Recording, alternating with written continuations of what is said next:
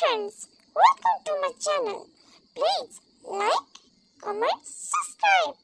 Let's go. Good morning सबैजनालाई। आज चाहिँ फाइनली हामी घाँस चोर्न जाँदैछौँ। यस्तो हेर्नु न, मौसम पनि यस्तो छ है। यस्तोमा अब घाँस गएर झ्यामझुम चोरेर जाने हो नि त। अब हाम्रोतिर चाहिँ घाँस छैन नि त। अब पानी परिरहेछ, पानी परे पनि घाँस त काट्नु पर्यो।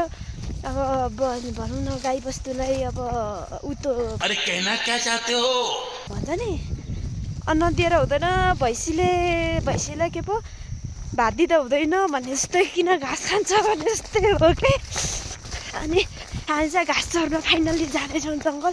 पुरा लाउरेले जस्तो टक्क यहाँ बन्दुकको निकै बोक्छ नि लाउरेले, तर हामी चाहिँ डोकोको फित्ता नाम्लो बोकेर हामी घाँसमा जाँदैछौँ। हेर्दै गर्नु होला है त साथीहरू।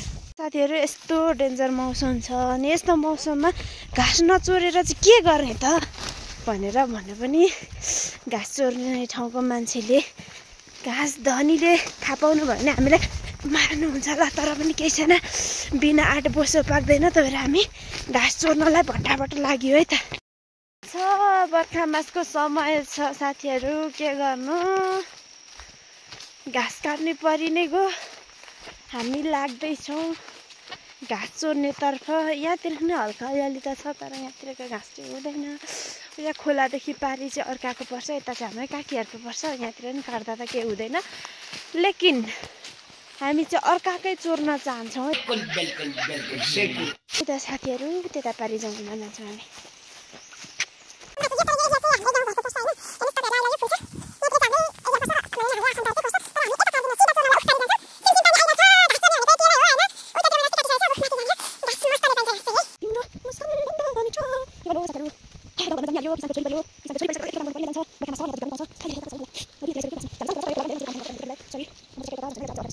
धेरै बोल्नु हुँदैन होइन।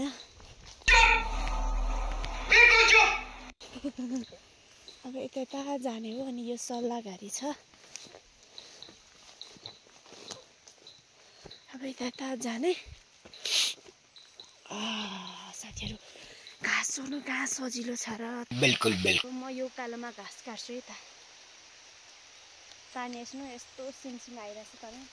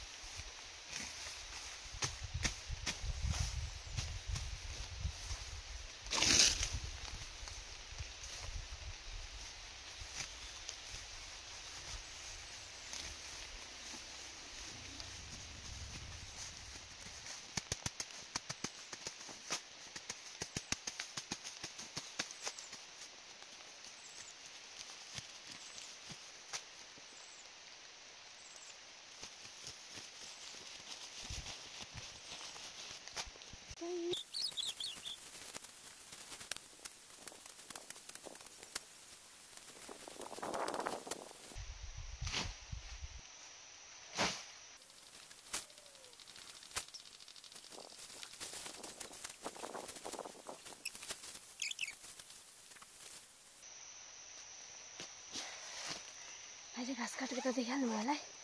पुरा गर्मी पनि भयो त्यसका बाद चाहिँ म अनि मेरो भारी फाइनली पुग्यो। अलिअलि थप्दाखेरि 2 दिन पुग्छ। झन्नै हात काट्यो नि। धन्यवाद साथीहरू, जति पनि हेर्नुहुन्छ नि मेरो युट्युब, सबैले ठ्याक सब्सक्राइब गर्नु होला। मेरो केही सपनाहरू छ, सपनाहरू पुरा गर्नु छ है त। By by. र पनि आइसक्यो मेरा बाख्रीहरू।